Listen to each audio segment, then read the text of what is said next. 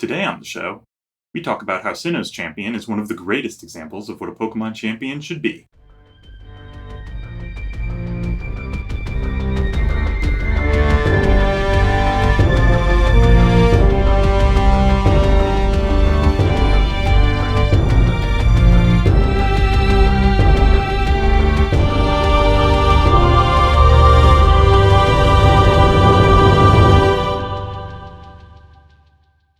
Welcome to Lore Party, a podcast that explores the stories, characters, and universes of our favorite video games. I'm Caleb. And I'm Bruce, and we are here again for another wonderful season of Lore Party.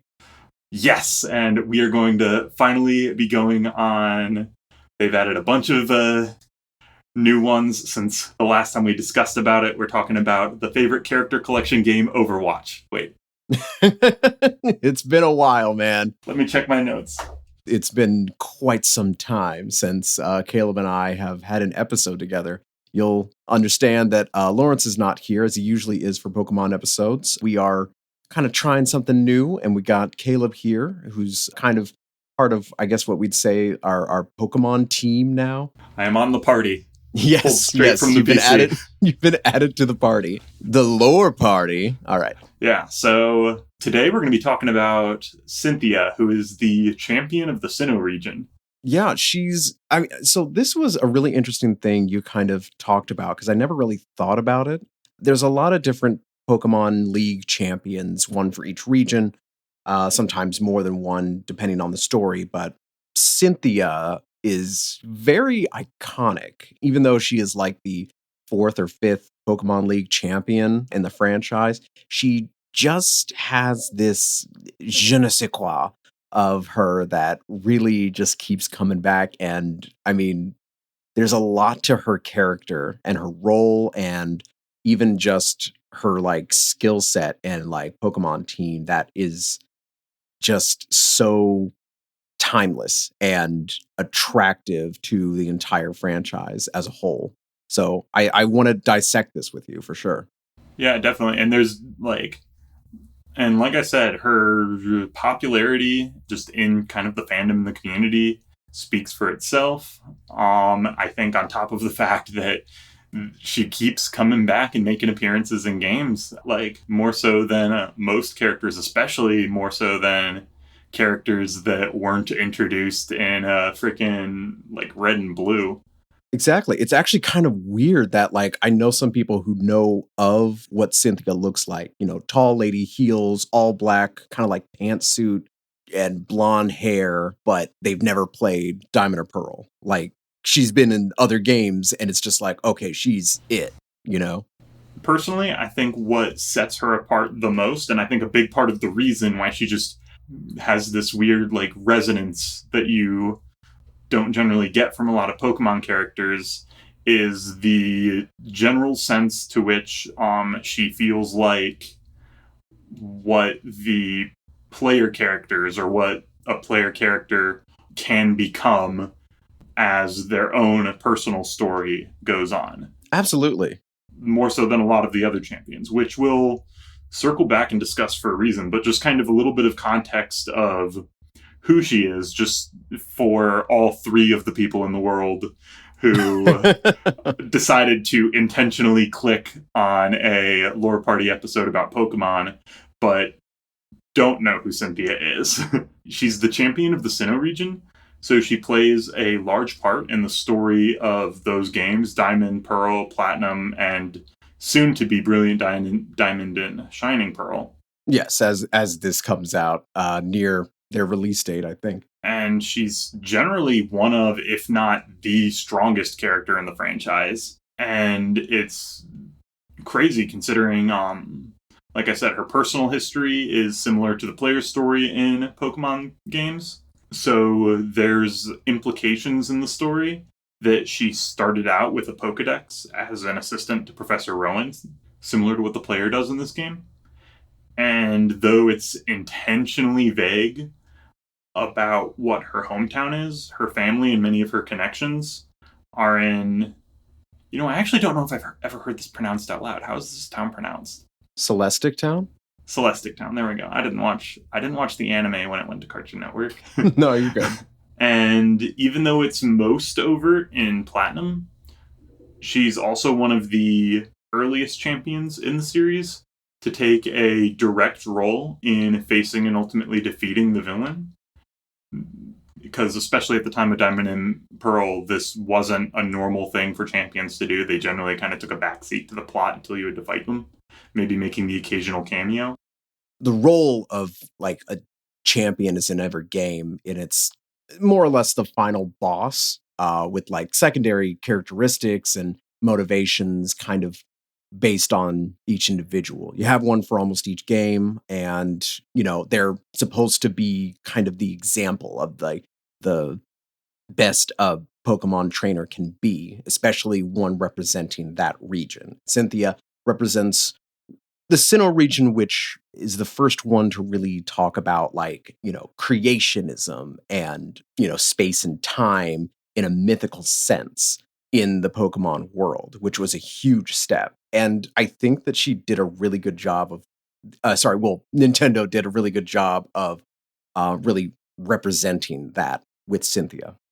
It makes a degree of sense that she would play a more active role in this game, because that's a little bit of what broadly speaking, the role of a Pokemon champion is generally suggested to be, or has generally suggested to be. We only saw Lance occasionally in the Johto games prior to fighting him, because there were only a handful of times that there were really a specific threat in Johto. Exactly. And like, so we'll get into that, like, just because I'm sure there's some people who may want to be like, now hold on a minute. I think Lance is the best champion ever. We are going to discuss your favorite champion and specifically why our favorite is better. But without further ado, should we just go into each of the champions? Pulls out the list, unrolls, drops to the ground. All right. And I really like Lance. Lance is, I guess, he's the prototype for what I believe that Cynthia is today, Yeah, and I think Lance was the first champion that was introduced that was largely characterized as, this is the champion. This is what you're eventually going to be building yourself up to fight. Big champion energy. Because Blue was borderline a plot twist. And he was more of your rival, so like the role that he played was more of like, the douchebag in your neighborhood, less so than, the protector of the Kanto region. That's mostly just you. Definitely. And then so Lance, by comparison, like, he's an established character who has grown in strength, and he's the first champion that's largely built up. But since you only really battle him in the Elite Four prior to that, and he kind of doesn't interact with you a whole lot in that first game, and even in the second game, he does help with like Team Rocket. Mm-hmm. The Red Gyarados, like Rage. I think he was in Goldenrod City with the Team Rocket takeover, but like he was there, and that was the first time where he kind of set that precedence for, I am the champion. I am literally, like, it is proven on paper, I am the strongest Pokemon trainer in this region. Therefore, no one can step to me, and I'm going to use that clout and I'm going to use that power to enact my own vigilantism and to protect the region and people from other evil Pokemon trainers. He was the first one to do that. Yeah, like, exactly. And I think kind of circling back that comparison to Cynthia, why I think Cynthia has a tendency to resonate more with that, though, is that she feels like in a more involved and more direct version of that, where she still has that role as a protector and as a mentor, someone who like helps you out, occasionally asks for your help, and is built up. But then there's also this aspect of like her past that gets shown. She steps up to what's arguably a much larger threat. And she's there to meet that threat. And exactly, she's there to meet that threat. And then also, and I think this is one thing that I think is going to lose points for any given champion that we discuss, is that Lance also plays largely around one type. And That's kind of a little bit of red ink and a see me note as far as if you're building a Pokemon team that's believably considered to be nigh indefeatable. Like, I mean, technically, he's got that Gyarados. He does have that. He does have that Gyarados, but it's so close to a dragon. But I mean, like, yeah, he's shaking off his Elite Fourness. Yeah, bring in an Ice type though, and like, yeah, it all falls apart. It's gone. I mean, I don't know if it falls apart, but like, I wouldn't trust it to transfer cleanly to a plate. It's not going to transfer well. Yeah. Telling you that right now. Exactly. All right, we're going to take a quick break here, get a full restore, and we'll see you right back. So we're going to do a little lightning round here because we've got a lot of champions, and we're here to talk about the greatest of all time. So I haven't really played much of Ruby and Sapphire, so you can go ahead with Steven and Wallace. Yeah, so you've got Steven, who's largely framed as kind of a like rich, kind of larger than life son of a CEO, kind of clearly has his other priorities, and an interesting character. But as far as specifically a comparison to the player, there isn't a whole lot there. His history doesn't resemble the players in really any meaningful way in that game, and he's never really shown as a parallel to or an extension of the player. Wallace similarly is a gym leader who managed to take the title, but he's also largely a monotype team and like actively looking for a challenge. But again, there really aren't comparisons to the player that can meaningfully be drawn. Right. So then we have Alder in Black and White, who's kind of similar to Lance. He does help the player out, but he's seen as more of a protector. He's one for, challenging himself and traveling the region. Just this guy who's definitely in it more for the adventure than I would say the real title.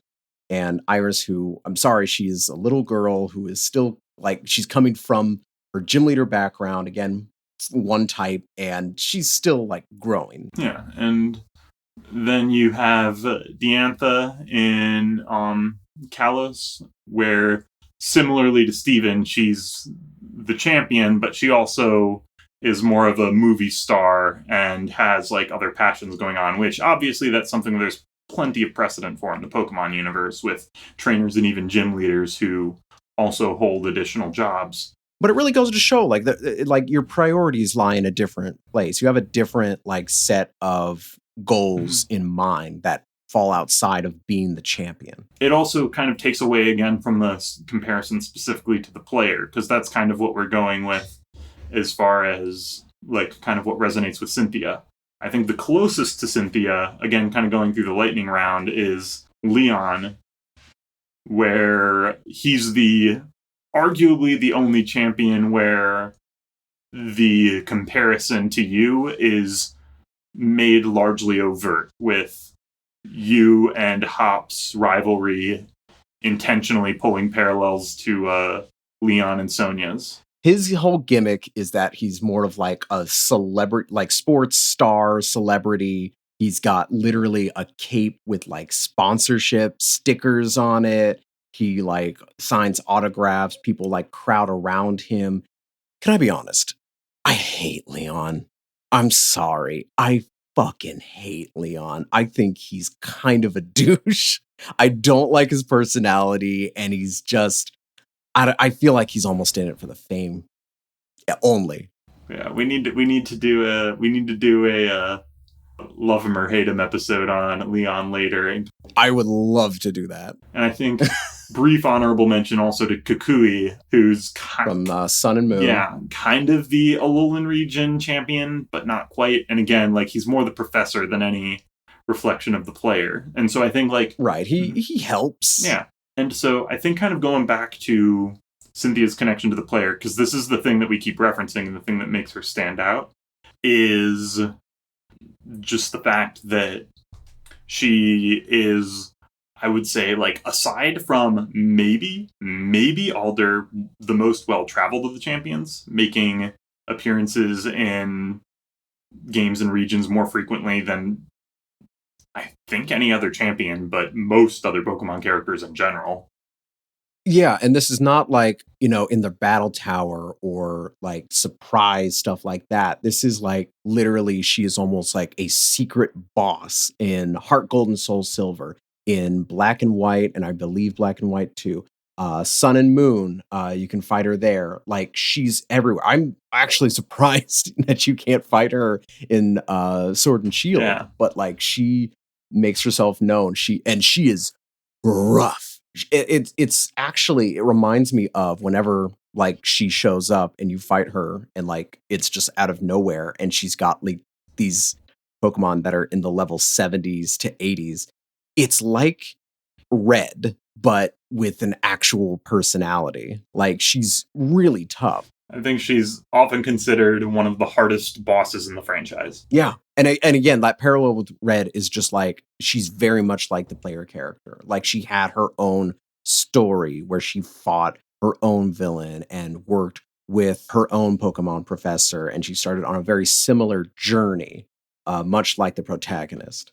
And then she became champion. Like she doesn't have a theme to her party. She has, I think she might be the first, if not the only trainer in the game to have 12 unique types in certain versions of her party, depending on the game. I think Platinum onward, her Pokemon never repeat a type, and I'm pretty sure that her Platinum team specifically is 12 unique types. Yeah, she's got a really like crazy repertoire of course you got Garchomp. And then let's see, she's got a Lucario, a Spiritomb, Milotic, Togekiss. Yeah, like and like this is a beautiful rogues gallery of like crazy cool Pokemon. Like in general though, like she is genuinely a strong trainer. She got her start in traveling similarly to the player, but then I think the thing that kind of really like nails it in and kind of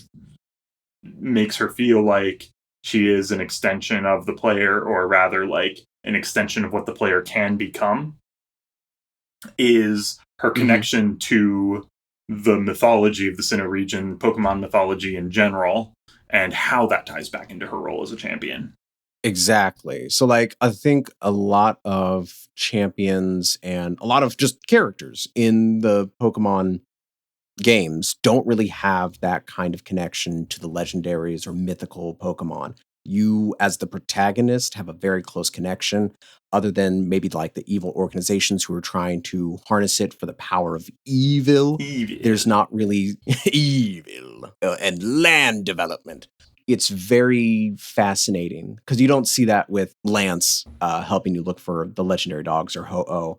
I don't know what Wallace or Steve does for you in the kind of looking for Kyogre or Groudon, but like they don't like help find, religious texts about them. It's more of kind of an academic thing. Cynthia fills that niche where she's both your like, mentor in Pokemon battling, but also in researching, finding, and connecting with Pokemon legendaries. Again, it feels like a very natural thing for a champion to want to do, because no matter what specific adaptation or interpretation of legendaries you take, because this is something you've discussed in the past, how the role of legendaries in a given Pokemon world kind of changes a bit from adaptation to adaptation.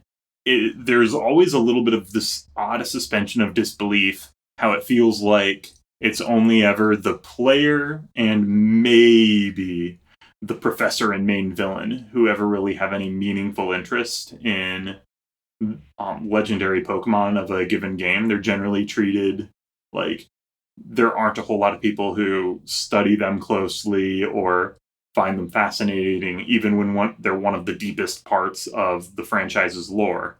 And so Cynthia actually being a character who, independently of being outright a researcher or having specific evil plans for it, to have her actually be like, holy crap, a Pokemon with power over time and a Pokemon with power over space exist. Like, of course she's gonna try and find out as much as she can about them, because that's conceptually fascinating if that isn't something you otherwise were aware of. Right, but it's also kind of tied to her own like history and with her, was it her grandmother or her mother? Her grandmother and in general her family has the ties to those all the different stuff going on in Celestic Town.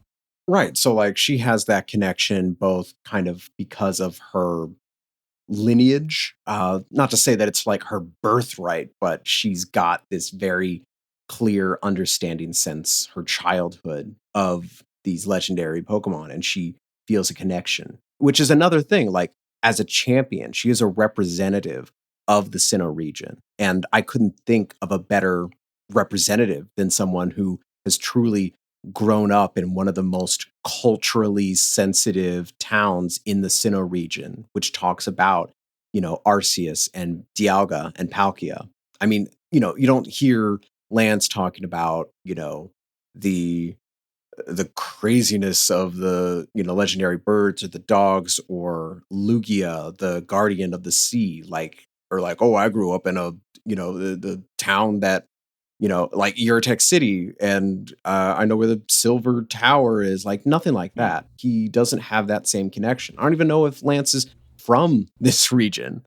You can tell that Cynthia is Sinnohan, I guess. Sinnohan. She's a local. Yeah, and then on top of that is also like the personal and emotional connections to it. Like, this isn't in the game specifically, but in one of the comic series, there's actually a specific moment when she's fighting Cyrus. She doesn't go in to fight Cyrus out of a like championly duty to protect the Sinnoh region like Lance generally does. She goes in to fight Cyrus for personal reasons because he attacked her hometown.